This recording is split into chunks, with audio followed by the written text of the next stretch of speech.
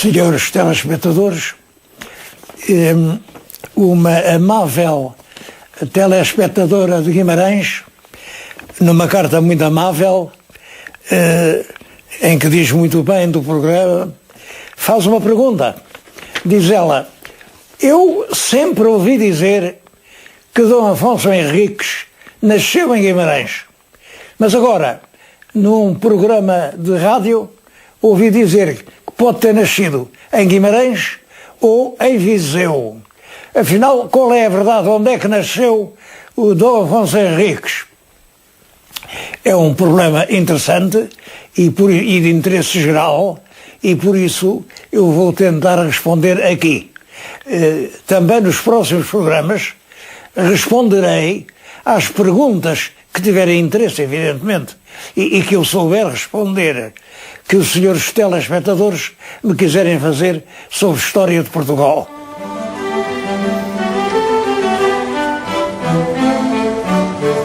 Não existe documento nenhum que afirme que Dom Afonso Henriques nasceu aqui ou ali. Aliás, não há nenhum documento que refira o nascimento de Dom Afonso Henriques. O que há é uma tradição muito antiga, segundo a qual ele nasceu em Guimarães. Essa tradição é apoiada por vários factos, porque Guimarães era a capital do condado, era a residência mais frequente dos pais de Dom Afonso Henriques. É muito natural que ele tenha nascido ali. Mas documentos, provas, não as temos. Eu estou metido nisto, pessoalmente, de certo modo, sou visado nesta questão pelo seguinte: aqui há uns anos, um jornalista de Guimarães escreveu lá no seu jornal que eu tinha dito que Dom Afonso Henriques nasceu em Coimbra. Isto provocou uma onda de indignação.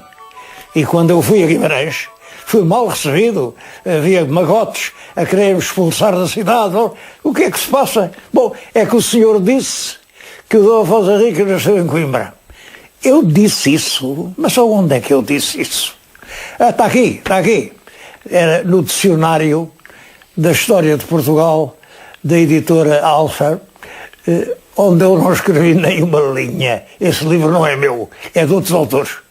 E realmente houve lá enfim, desastrado de Coimbra, que escreveu que Dom Afonso Henriques nasceu em Coimbra. Mas eu nem sabia que ele tinha escrito isso. Nem sabia. Bom, de qualquer maneira, o assunto deu um grande escândalo na cidade. À noite, na cidade de Martim Sarmento, foi uma discussão enorme e a Câmara Municipal tomou uma decisão: encarregar um grande especialista de investigar o caso e dizer a que conclusão chegou. Ora bem, uma coisa é absolutamente certa: Dom Afonso Henriques nasceu no local onde estava a sua mãe, a Condessa Dona Teresa. Onde é que estava a Condessa? Devo dizer que a Condessa era uma pessoa muito ativa, dinâmica, percorria o condado rapidamente, estadias de poucas semanas, em toda a parte, fazia documentos que ficaram, e portanto é possível restabelecer hoje o itinerário da Condessa Dona Teresa naqueles anos em que Dom Afonso Henriques pode ter nascido. Foi isso que fez o sábio Dr. Almeida Fernandes. Reconstituiu o itinerário da Condessa Dona Teresa e verificou que o ponto onde ela se demorou mais tempo foi em Viseu. Esteve lá cerca de um mês, contra o seu costume, que era muito rápido, e portanto ele deduziu que terá sido, enfim, a demora ocasionada pelo nascimento de Dom Afonso Henriques. É uma dedução provável, tem lógica, a investigação que lhe dá origem é muito bem feita, mas evidentemente não temos a certeza. A Condessa pode ser demorado por essa razão ou por qualquer outra, até porque em Viseu havia problemas que ela tinha de resolver. Portanto, é nisto que estamos. Uma tradição sólida, uma tese moderna e uma afirmação gratuita de Coimbra que não vale nada. Portanto, é isto que eu posso dizer à minha prezada telespectadora de Guimarães. Provas não há, mas todas as probabilidades são a de que essa tradição seja fundada. De resto, essa ideia está de acordo com o papel decisivo que Guimarães desempenha na formação da nacionalidade.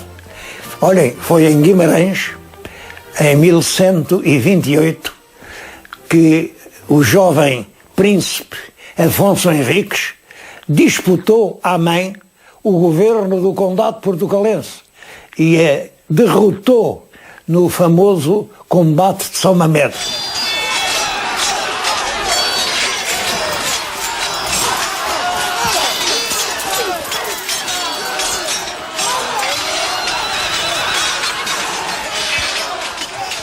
Foi em Guimarães, no campo de São Mamede, que Dom Afonso Henriques combateu as tropas feudais da mãe e se apoderou do governo do Condado Portucalense.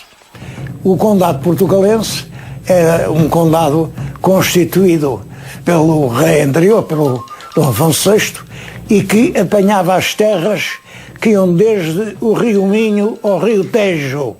O governante era o conde Dom Henrique, casou com uma filha do rei de Castela, a Dona Teresa, e era ele que reinava. Ele morreu, com a esposa, com a herdeira. Mas aí é que o Dom Afonso Henriques não concordou. Disse, não, morreu o meu pai, agora quem governa sou eu. Houve um combate entre Dom Afonso Henriques, apoiado pelos burgueses de Guimarães, está no documento, e as tropas da Condessa Dona Teresa, que vinha ajudada pelo conde Fernão Pérez de Trava, o chefe da nobreza galega, e com soldados e nobres galegos do seu partido. Dom Afonso Henriques ganhou, isso é em 1128, e a partir de então, e até à morte, em 1185, é realmente Afonso Henriques quem governa esta terra que depois seria o reino de Portugal. Um ponto engraçado é que se discute onde foi o combate. Fizeram um monumento ao local do combate de São Mamede. Bom, mas fizeram no sítio errado. Fizeram exatamente no sítio às avessas. Fizeram do outro lado. Porque este campo de São Mamede, é assim que lhe chamam o documento do século XII, mas no século XIII e XIV já mudou de nome. Chama-lhe o campo de São Redanhas. São Redanhas. Redanhas é uma palavra ainda hoje bem registada nos dicionários espanhóis, uma palavra antiga que quer dizer feridas, derramamento de sangue, feitos de grande valentia. Bom, compreende-se que o lugar onde se deu o combate se tenha ligado à ideia de feitos de valentia.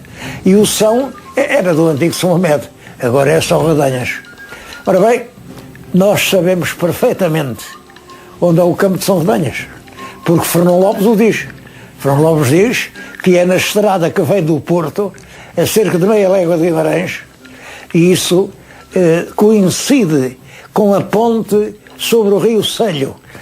Aliás, eu fui lá e há uma tradição fortíssima no povo de que o combate foi ali, foi junto da ponte, e que, enfim, até uma ideia bonita de que Deus parou o sol para que Dom Afonso Henriques tivesse tempo de ganhar completamente a sua batalha.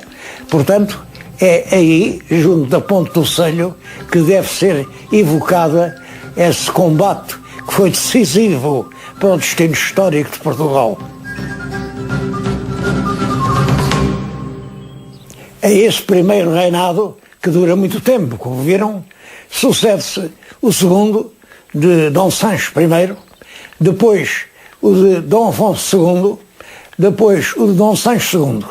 É esse conjunto de reinados que eu costumo chamar a monarquia românica, porque o estilo arquitetónico que preside aos monumentos construídos nessa época é o estilo românico.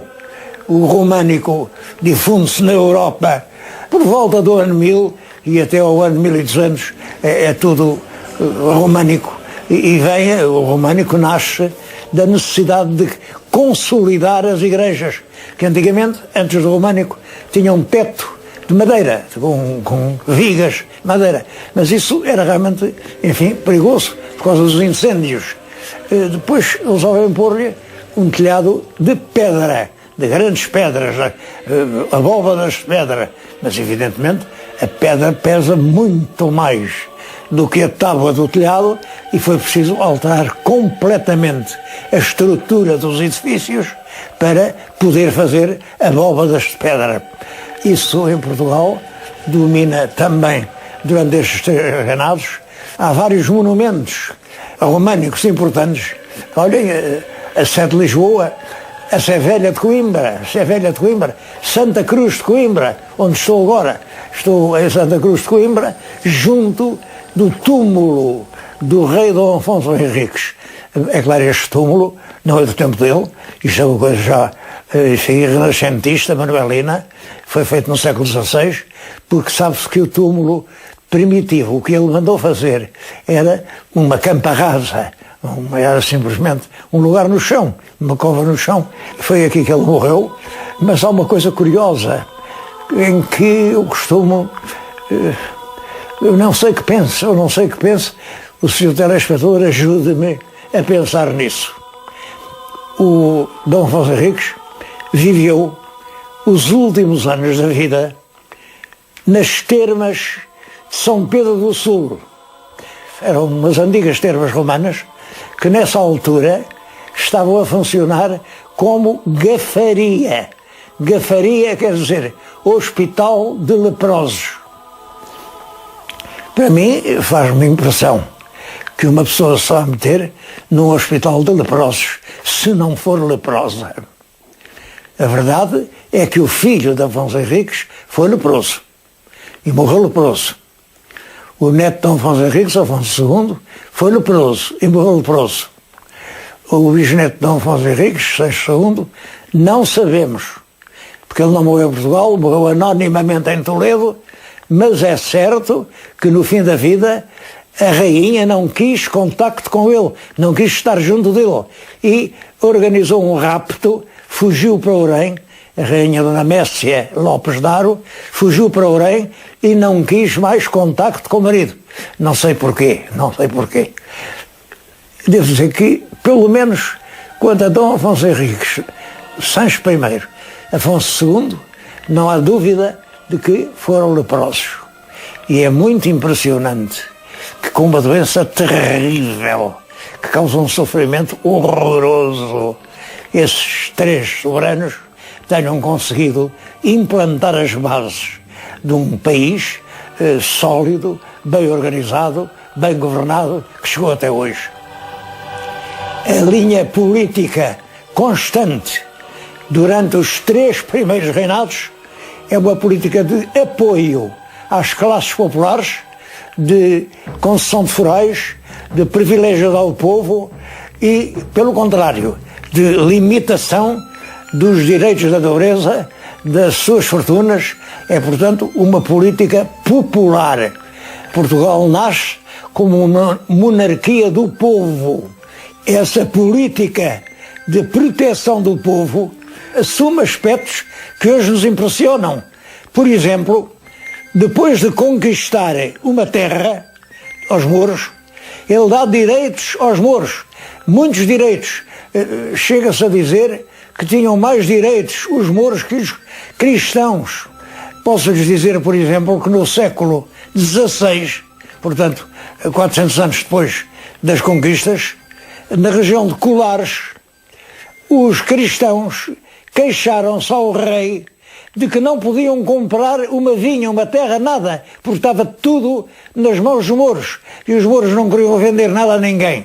Bom, isto mostra realmente uma política inteligente, porque conquistar uma terra e matar a população trabalhadora que lá estava, que era o que se fazia antes, não adianta nada. Uma terra por si não serve. Tem que ter quem a trabalhe. Dizia-se até uma terra com sua criação. Ora bem, é Dom Afonso Henriques quem mantém a criação nas terras que vai conquistando. Isto é importante porque esta luta entre as forças populares e as forças da aristocracia vai marcar toda a nossa primeira dinastia. Século XII, XIII, XIV são marcados sempre por essa luta enorme entre as classes superiores e as classes populares.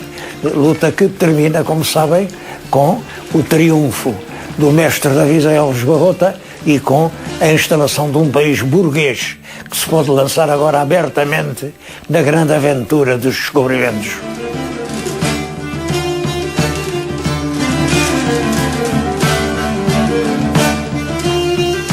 É particularmente importante a ação do rei Dom Afonso II. É ele quem pela primeira vez reúne cortes em Portugal. É ele quem publica as primeiras leis gerais, leis para todo o país. É ele quem manda fazer as inquirições, inquéritos, para saber se os nobres e os mosteiros estavam legitimamente na posse dos bens de que diziam ser donos. É ele que manda fazer as confirmações. Não basta que um rei tenha dado, é preciso que o rei seguinte confirme. E tudo isto desenha uma política de afirmação do poder real e de, realmente, repressão das aspirações das classes superiores. Dom Afonso II morreu cedo, novo, e o herdeiro do trono era uma criança, Dom Sancho II, e talvez seja isso, o facto de ele ter cingido a coroa na puerícia, como diz a crónica, era uma criança, que permitiu que os grandes nobres se apoderassem inteiramente da condução do Estado. O país muda então completamente de orientação, já não há mais cortes, já não há mais inquirições, já não há mais confirmações, é portanto um reino que entra num estado de anarquia, de violência, de guerras civis, de lutas e de agressão dos patrimónios das igrejas, dos direitos dos concelhos. Bom, isto é tão grave que os bispos e os povos queixam-se ao Papa de que Portugal está sem governo. É preciso mandar para aqui alguém que governe, mas que saiba governar. O Papa deferiu esse pedido e mandou para aqui um irmão do rei, Dom Afonso, o infante Dom Afonso, que estava em França, estava no norte da França, em Boulogne, era conde de Bolonha, porque estava casado com a condessa de Bolonha. Era uma cidade muito importante e isso era um alto cargo em França. Pois é esse príncipe que o Papa encarrega de vir governar Portugal como regente, e ele vem em 1245, é imediatamente apoiado pelas tropas municipais, pelo município de Lisboa, e em todos os casos que a gente conhece de combates, é as tropas do povo por ele, as tropas da nobreza contra ele, mas vence completamente. O Dom Sancho tem que se ir embora para Toledo, onde morre, e a partir de 1248 o Dom Afonso III, o bolonhês, é o rei de Portugal. Começa então um ciclo novo da monarquia, um ciclo de progresso, a que eu costumo chamar a monarquia gótica. Entre as primeiras medidas do seu reinado, que é um reinado notável, está a conquista definitiva do Algarve e acaba com a guerra permanente com os mouros, e em 1254 reúne em Leiria as primeiras cortes às quais é chamado o povo, os representantes das principais vilas e cidades do reino.